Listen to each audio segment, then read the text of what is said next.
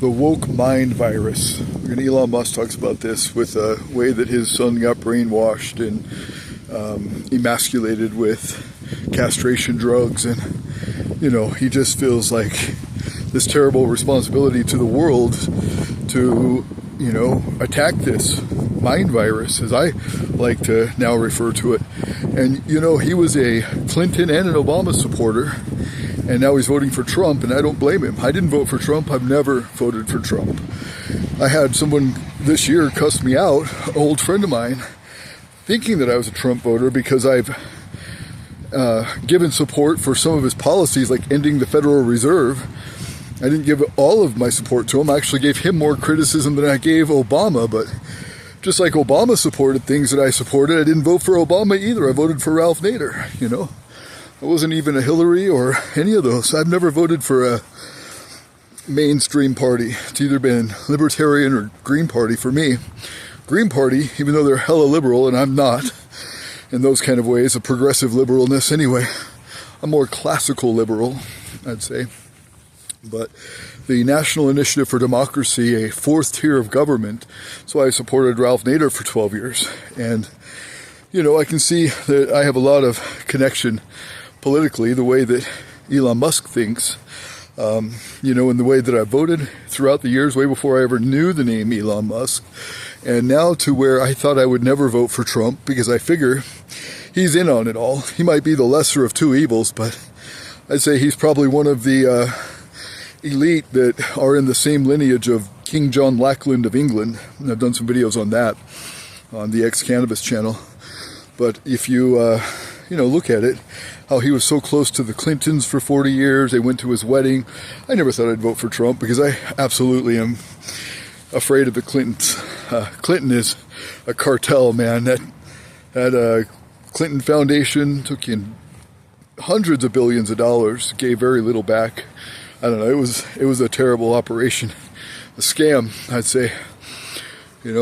Anyway, I like Trump. I like that he's no nonsense. He's more masculine. He's not emasculated like old Biden was.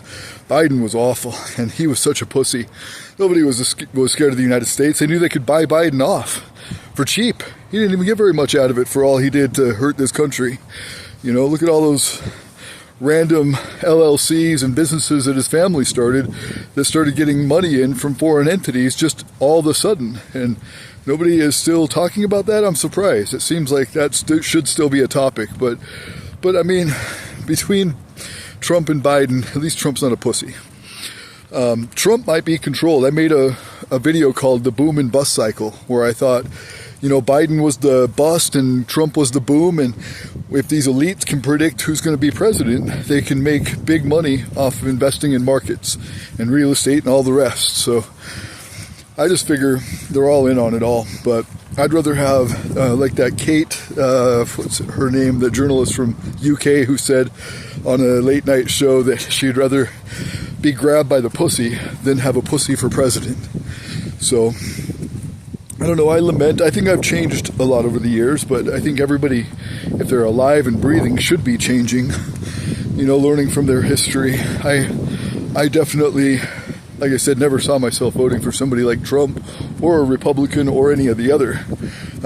Although Ron Paul kind of ran out as a Republican, but he was very libertarian, so, I did vote for him once for president, but in the primaries anyway.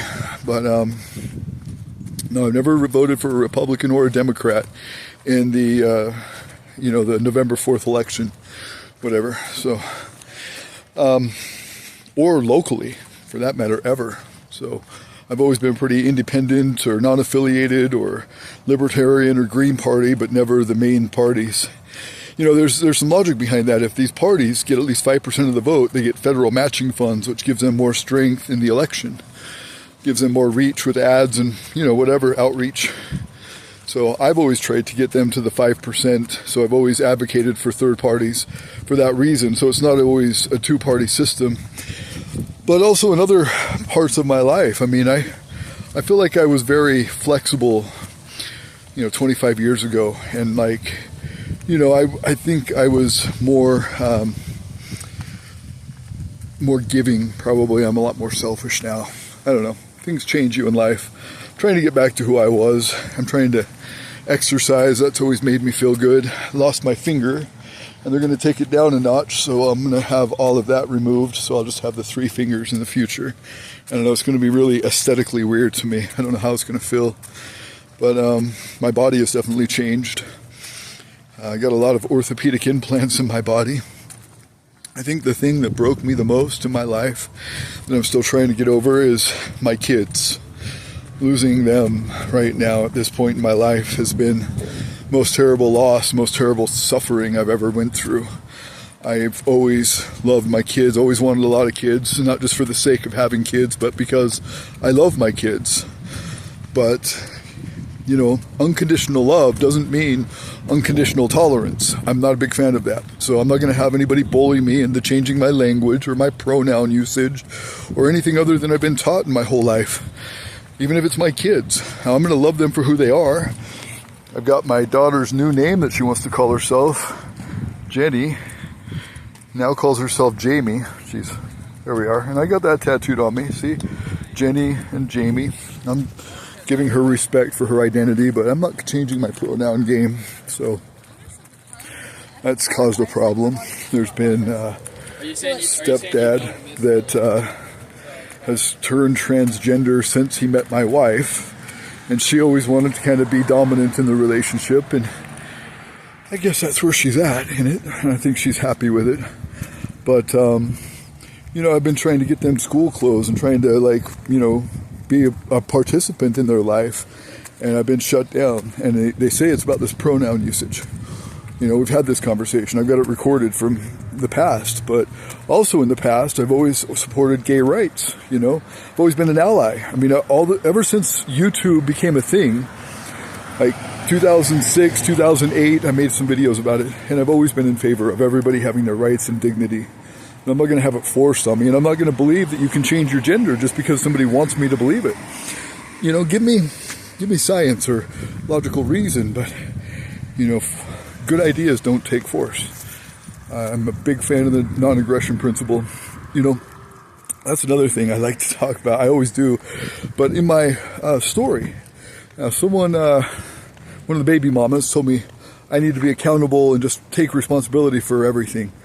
They don't accept responsibility for anything, but I would definitely say I made mistakes, and I've said this in other videos, but, you know, I lived in a relationship that I shouldn't have been in for 8 of those 18 years. I stayed longer than I should. I filed for divorce in 2014. I should have went through with it. Filed again in 2018. I should have went through with it. And then I finally filed again in 2020, and I went through with it. And it hurt everybody, just like I thought it would, but sometimes it's better just to rip the bandage off. But I think that I could have handled things differently. And, you know, at the end of that, I was very quick to anger. I was just irritated. There was just a total disconnect.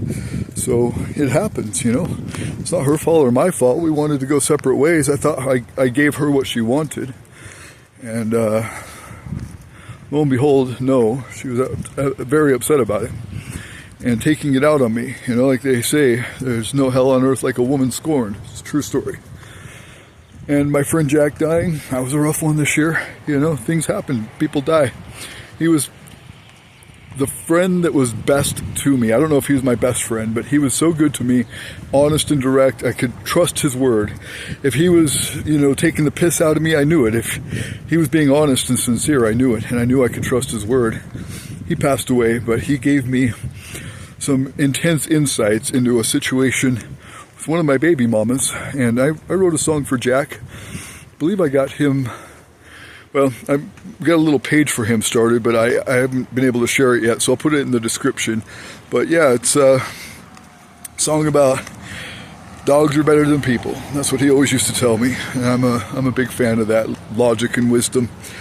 Definitely true.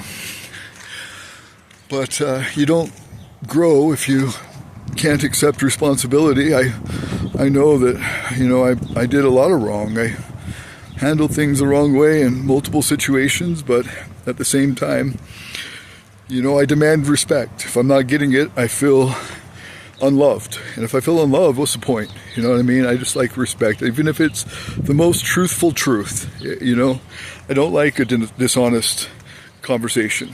That's why I don't like talking to many people. But I do like honest conversations, sincere conversations, and I do like to learn and grow from my mistakes. And I hope that's what I'm doing in life. I hope that's what we all do. I wrote my biography. You'll read it. I took all the responsibility. I was a kid. I left home early. And I was a shithead kid. So, I went and found my own way and did my own thing. I don't regret it. I was Peter Pan.